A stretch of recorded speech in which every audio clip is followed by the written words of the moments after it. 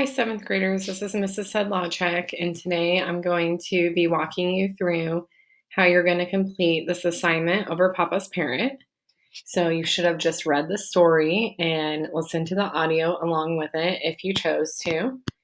And you will also probably want to keep that story open to reference back to as you do this assignment.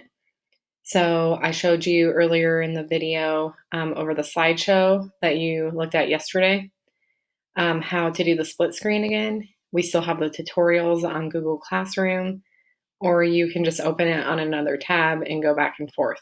That is up to you. So our assignment is going to be over those three skills that we talked about in the slideshow.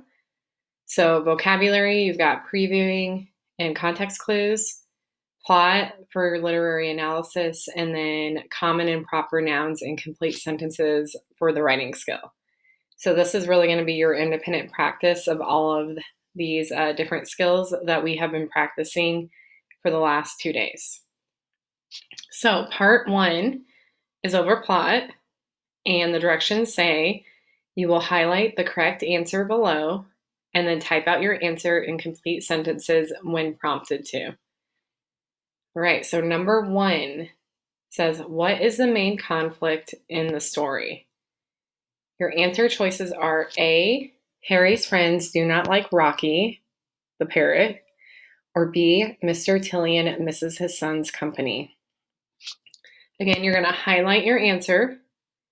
So you're going to choose which answer you would like to select, and then you will, so say I'm going to choose this one. I'm not saying it's the right answer, just showing you an example. You're going to click, drag your mouse along the answer choice, come up here to the highlight color, click a color. I would suggest yellow. Click out of it. It's going to highlight the answer that you chose.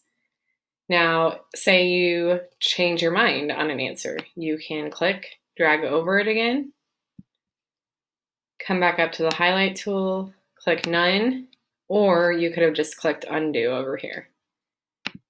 All right, so right now you're going to think about what you think is the correct answer and go ahead and select your answer on your document.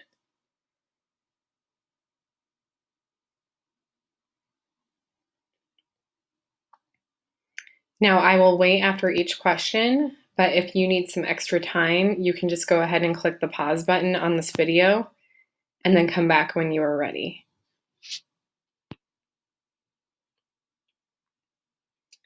Okay, so the second part of this question, number 1, is how do you know? Provide text evidence from the story to support your answer. So we have started the sentence for you.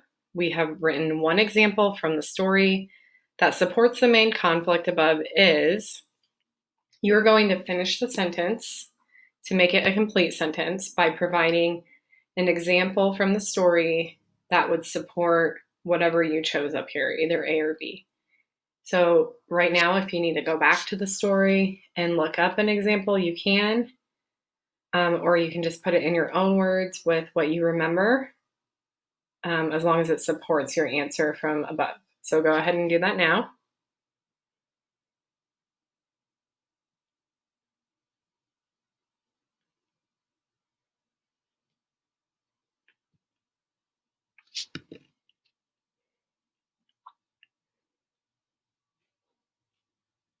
Okay, now number 2 says, which type of conflict is Harry having in the following lines from number 87 to 93?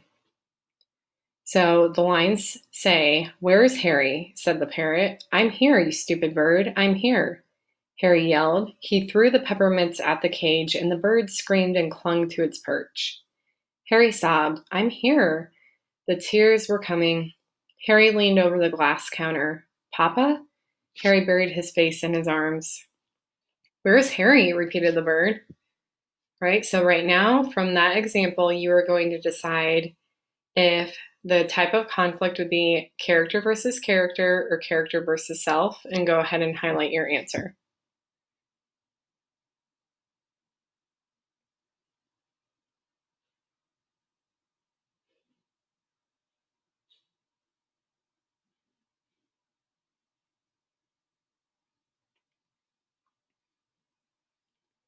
Okay, then we have a diagram that will be used for the next questions. It says the diagram below shows the structure of the story for the following questions. And it says you might need to increase your zoom to 200% to view this clearly. So if you don't understand how to do that, this up here where I have my mouse is where you click on how much you are zooming in on the document. You're at 150 right now, or I'm at 150. It usually automatically starts lower than that.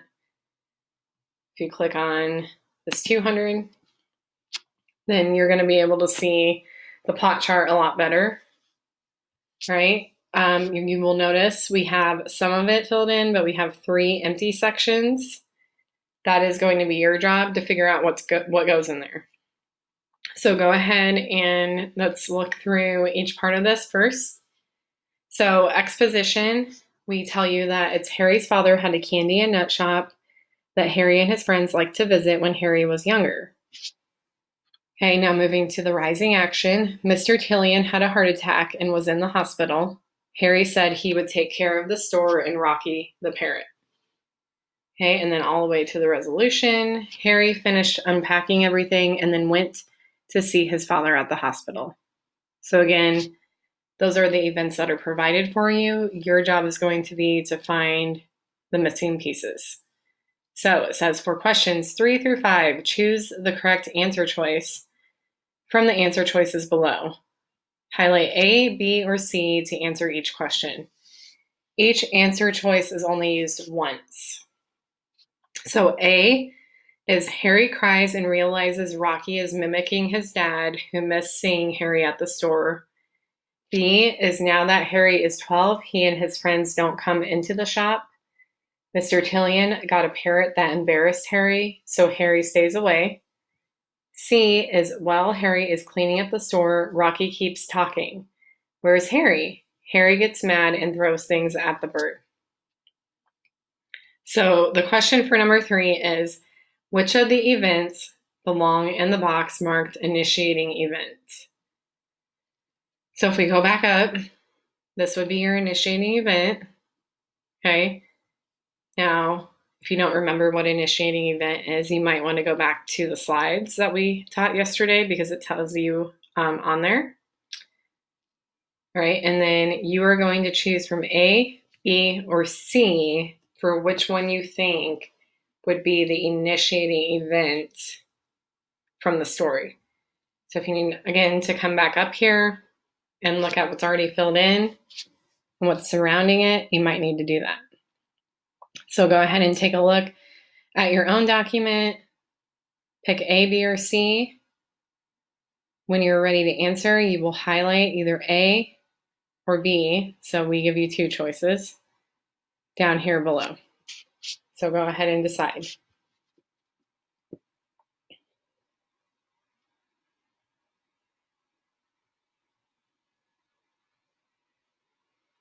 Okay, now number 4.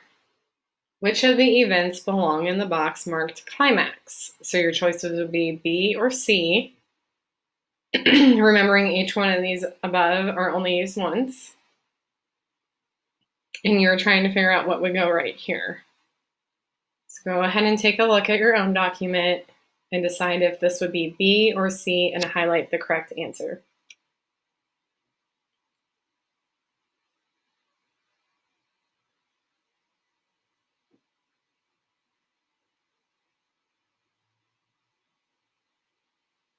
Okay, now number 5 says which of the events belong in the box marked falling action? Your choices are A or C. So again, you're going to look at your answer choices up here, and this is the box that you're trying to fill in. So go ahead and take a look at your document. If you need extra time, you can pause the video and then come back when you're ready. Highlight your answer down here.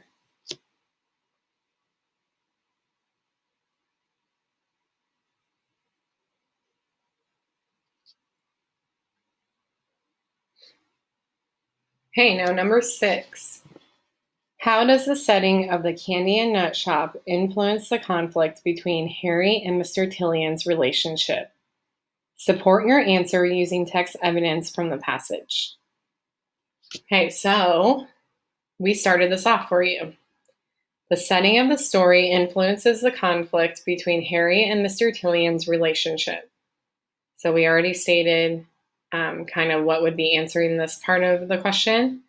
One example from the story that supports this is, okay, now you would delete these 3 dots and you're going to finish the sentence by giving an example that would support this part of the question. All right, so go ahead and do that now. If you need to go back, look at the story, you can pause this and come back.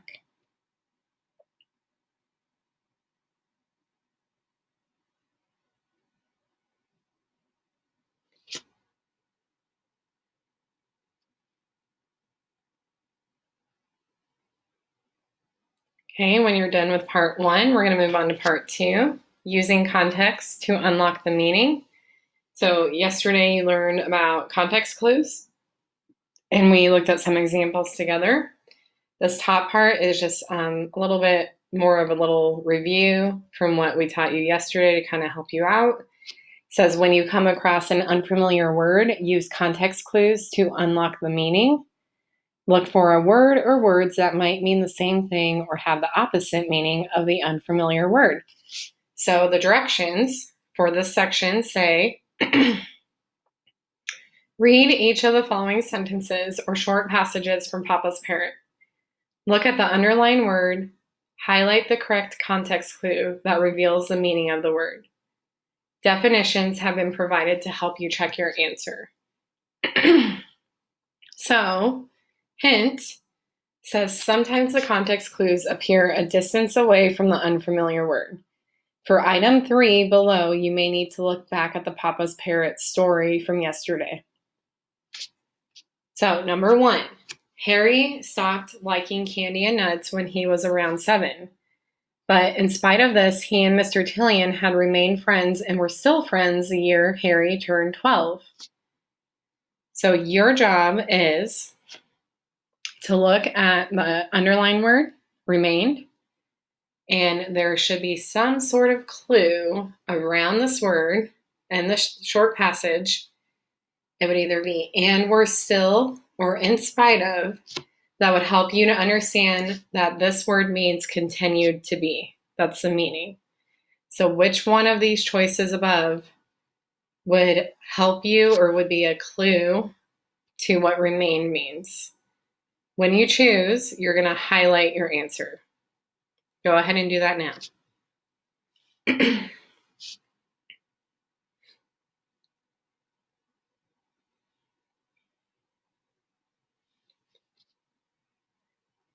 Okay, number 2 says, at home, things were different. Harry and his father joked with each other at the dinner table, as they always had.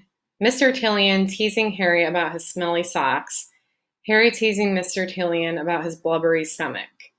So again, on this one, you're going to do the same thing. They tell you that teasing is an unfamiliar word. The meaning of the word is annoying by poking fun. You're going to choose which one of these would be the context clue to help you know the meaning of this word. Smelly socks or joked. Go ahead and highlight your answer now.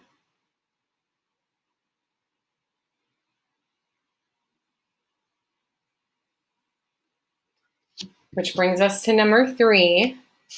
Though his father was fat and merely owned a candy and nut shop, Harry Tillion liked his papa. Harry and his father joked with each other at the dinner table, as they always had.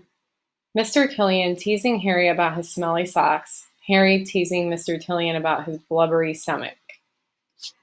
All right, so we know blubbery is the unknown word. We know that it means fat, like the fat of a whale called blubber. You're going to figure out if this would be the context clue or if this choice would be the context clue. So it's either fat, stomach, or merely owned. And go ahead and highlight your answer now. Again, if you need to go back to Papa's Parrot to help you figure it out, you can.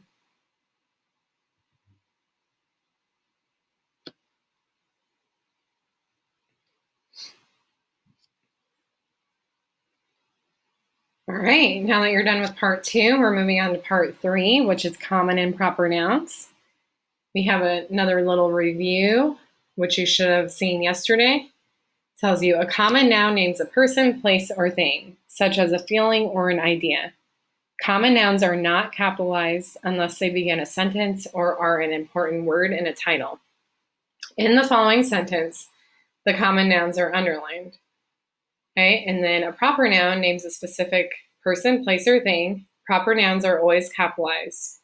In the following sentence, proper nouns is underlined. So this would have been from yesterday, the examples that you saw. Now down here, this is your practice that you will complete. Right, so A, practice, highlight the proper noun and common noun in each sentence below. So the sentence says, Rocky was good company for Mr. Tillian. Now the proper nouns, you're going to highlight, there's only one that would be the proper noun. So is it good, company, or Rocky? Go ahead and highlight your choice now.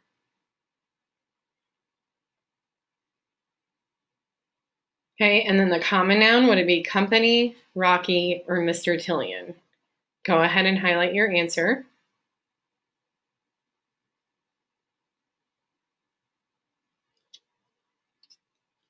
All right, number 2, new shipments of candy and nuts would be arriving. Rocky would be hungry. So for proper noun, would it be Rocky, candy, or shipments? Go ahead and highlight your answer.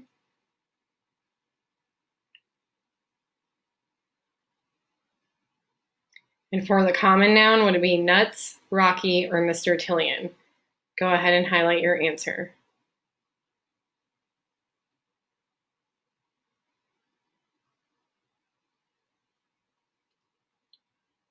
All right, number 3. Harry told his father that he would go to the store every day after school and unpack the boxes. Would your proper noun be day, school, or Harry? Go ahead and highlight your answer. And would your common noun be Harry, the, or boxes? Go ahead and highlight your answer.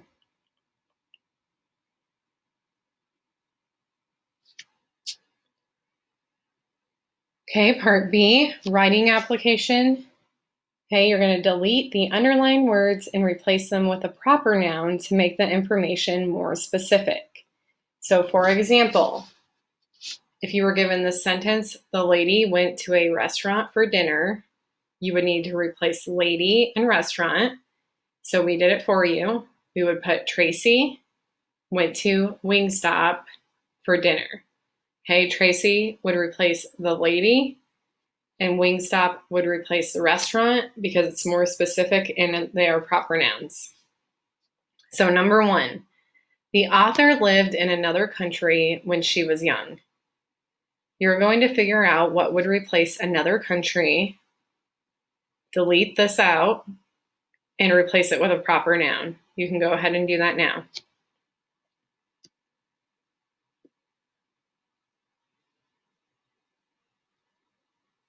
And number 2, the boy was disappointed when his father bought a parrot. You are going to delete the boy out and replace it with a proper noun. Go ahead and do that.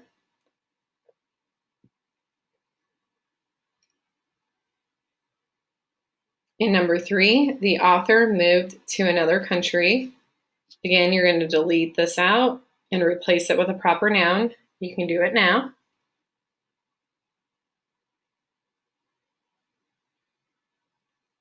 Which brings us to part C. Now you're going to write your own. You will need to write 2 complete sentences with the requirements listed below. So it tells you specifically you're going to include at least 1 common noun as you complete the following sentence and bold your common noun. We also provided you with an example. So it says, I went to the store with my mom to buy some fruit. Okay, we have 3 common nouns that we put in here, and we bolded all of them, but you only have to have 1 that would be a common noun. So we already filled in most of the sentence. You just have to fill in the blanks. I went to the blank with blank to blank.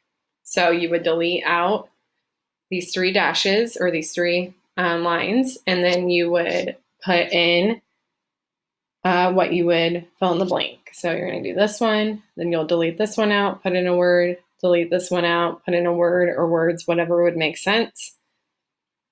Then you're going to look back and you're going to figure out which one of these would be a common noun. Okay, bold it, and then reread the sentence back and make sure it makes sense. So go ahead and do that now.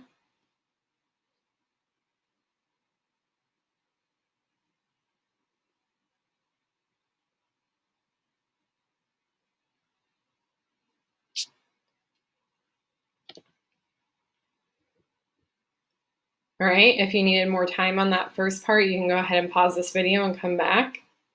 Now, the last question says include at least one proper noun as you complete the following sentence. Bold your proper noun.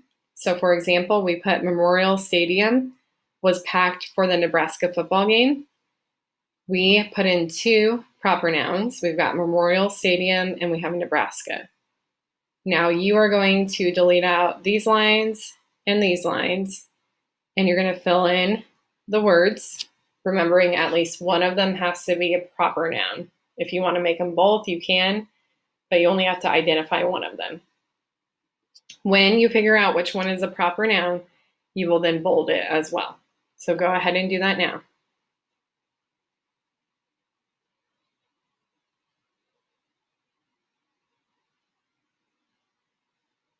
Again, if you need some extra time, you can pause the video and come back. And that would complete the practice assignment. So it's always a good idea for you to go back up to the top of the assignment when you're done and then scroll back through. It sounds silly, but just to make sure you have answered every question. Remember, we give you a lot of two-part, maybe even some three-part questions sometimes. So making sure everything is answered. And maybe even double check your answers, that they are the correct answers. Because again, all of these things will eventually be on some sort of assessment. All right? Once you get through all of the sections and you see that you have everything answered and you think it's to your best ability, all right, you will click the turn in button in the top right-hand corner and then be ready to come back to class the next time and review it with your teacher. So great job following along. If you needed some extra time, you can go back and look at this assignment a little bit more, but we will be reviewing this with you next time in class.